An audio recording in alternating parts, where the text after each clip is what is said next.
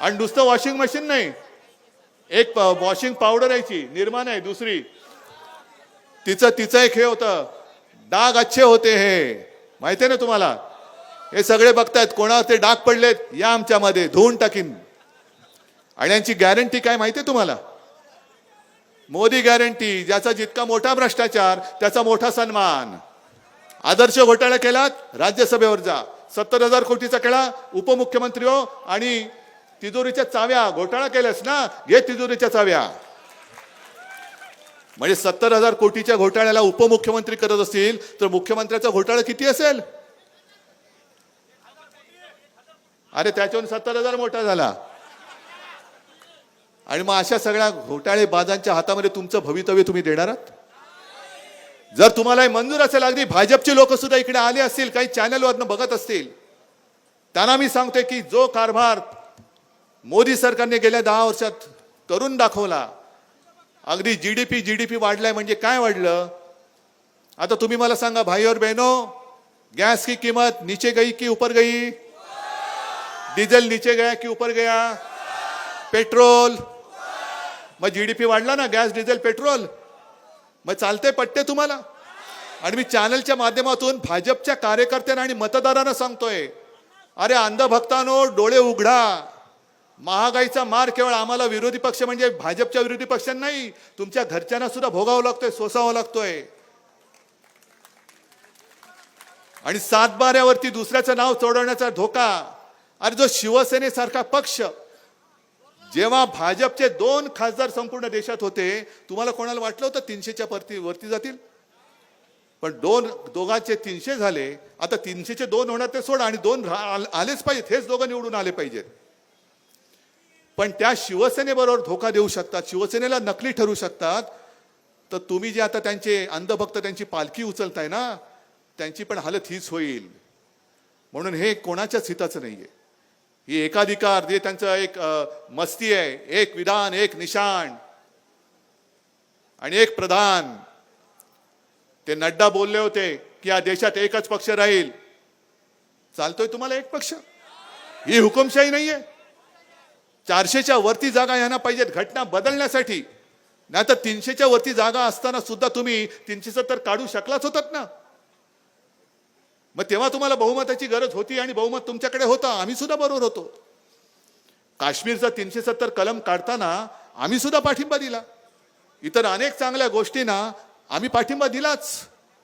पण बहुमत मिळाल्यानंतर तुम्हाला 400च्या पार व्हायचंय, कारण तुमच्या डोक्यामध्ये किडा वळवळतोय घटना बदलण्याचा. हे माझं जाहीर वक्तव्य आणि तुम्हाला पटते की नाही तुम्ही मला सांगा. कारण गेल्या संसदेच्या अधिवेशनात भाजपच्या विरोधातले त्यांनी जवळपास 150 खासदार निलंबित करून टाकले. नुसते निलंबित नाही केले, निलंबित केल्यानंतर देशासाठी जे कायदे आणले त्या कायद्यावरती देशाच्या त्या सर्वोच्च मंदिरात, लोकशाहीच्या मंदिरात चर्चा व्हायला पाहिजे होती. अगदी इतर पक्षांची सुद्धा मतं त्याच्यात मांडली जायला पाहिजे होती. मग मतदानाला टाकून ते कायदे मंजूर करायला पाहिजे होते. पण यांनी समोरची संसद खाली करून टाकली आणि त्यांना पाहिजे ते कायदे मंजूर करून टाकले. हेच त्यांना उद्या करायचंय. कारण उद्या 400च्या वरती जाणार नाहीच. पण जर गेले तर समोर कोणी असता कामा नये. घटना बदलताना कोणाचाही आवाज असता कामा नये. जे रशियामध्ये पुतीननी केलं, जे इस्रायलमध्ये नेत्यानाहूनी केलं, आज नेत्यानाहू भोगतायत. तिकडे घराच्या बाहेर नेत्यांना पडतायत. लोक संतापाचा वणवा पसरलेला आहे, रस्त्यावरती लोक उतरलेली आहेत. आणि जगातली सगळ्यात ही मोठी लोकशाही. अरे देशाचं स्वातंत्र्य मिळवताना आम्ही नव्हतो, आमचा जन्म नव्हता झाला, शिवसेनेचा पण नव्हता झाला, पण काँग्रेसचा झाला होता. काँग्रेस लढत होती. RSSचा झाला होता. 25 साली त्यांना 100 वर्ष होतील. स्वातंत्र्यपूर्व काळात, लढाईच्या काळात RSS अस्तित्वात असताना सुद्धा RSS कधी स्वातंत्र्य लढ्यात उतरली नव्हती. काही न करता मिळालेलं स्वातंत्र्य हे आता गिळायला निघालेत. हे तुम्हाला मान्य आहे का? आणि म्हणून आम्ही काय करू? त्या नागेशने एक वचननामा दिलाच आहे. कुठे तो नागेशने एक वचननामा दिलाय. पण एक तुम्हाला सांगतो, हा एक नागेशचा वचननामा आहे आणि नागेश तुमच्या समोर आहे. उमेदवार बरोबर आहे ना? निवडून आणणार. पण एक तुम्हाला सांगतो, जसं मोदींची गॅरंटी आहे त्या गॅरंटीवर विश्वास ठेवणार का उद्धव ठाकरेच्या वचनावर?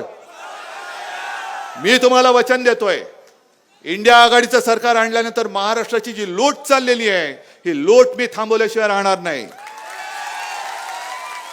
महाराष्ट्राचं लुटून गेलेलं वैभव मी परत महाराष्ट्रात आणल्याशिवाय राहणार नाही.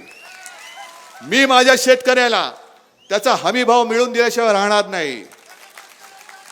आणि मी पीक विम्याचा जो घोटाळा आहे, हजारो कोटी रुपये पूर्ण देशामध्ये या विमा कंपन्यांच्या घशामध्ये जात आहेत. मला तर काल कोणीतरी सांगितलं की या विमा कंपन्यांकडनं सुद्धा यांनी निवडणूक रोखे घेतले असतील तर फार भयानक आहे. मग एक तर असं महागाई वाढून पिलतायत, अप्रत्यक्ष करातून पिलतायत आणि निवडणूक रोख्यातून सुद्धा पैसे काढतायत. 8 ते 10 हजार कोटी रुपये यांनी आपल्याला माहितीच नव्हतं कधी त्यांच्या खिशात घातले. पण ही सगळी जी वचने आहेत ही प्राथमिकता असेल.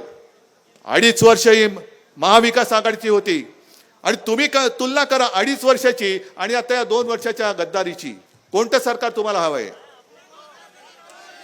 आणि देशामध्ये परत मोदी सरकार हवंय का शेतकऱ्याचे अश्रू पुसणारं इंडिया आघाडीचं सरकार पाहिजे?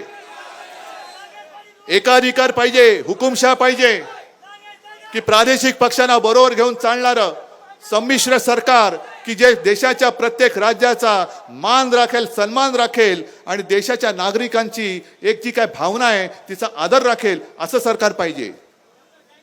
आणि असं इंडिया आघाडीचं सरकार पाहिजे असेल तर नागेश इकडे, तिकडे वसंतराव चव्हाण, पूर्ण महाराष्ट्रामध्ये मी आवाहन करतोय, अरे एकच लक्षात घ्या फक्त की ज्या मोदी सरकारने न्याय हक्कासाठी दिल्लीत येणाऱ्या शेतकऱ्यांना वाटेत खिळे टाकून, तारेची कुंपणे टाकून, अंगावरती बंदुका रोखून अडवलं, त्या मोदी सरकारला तुम्ही आता शेतकऱ्यांनी एकजुटीने पुन्हा दिल्लीचा रस्ता बंद करून त्यांना दिल्लीच्या बाहेर आता रोखावं लागेल. मोदीजी, तुम्ही तुमच्या सरकारची मस्ती दाखवली, शेतकऱ्याला येऊ दिलं नाही, शेतकऱ्याला त्याच्या राजधानीत येण्यापासून अडवलात. आता हा माझा महाराष्ट्रातला तमाम शेतकरी आणि देशातला तमाम शेतकरी म्हणून मतदान करेल आणि मोदी सरकारला दिल्लीच्या रस्त्यामध्ये अडवेल. जय हिंद, जय महाराष्ट्र. ठाकरे यावेळी बोलत होते. त्यांनी मोदी आणि शहांवर जोरदार असा हल्लाबोल केलेला आहे. आपले सर्व महायुतीचे बाबूराव कदम विरोधात नागेश पाटील असा सामना होणार आहे. दरम्यान पुढच्या काळात आमचं सरकार आलं तर काय काय करणार, यावेळी उद्धव ठाकरेंनी यावेळी प्रकाश झोड टाकला.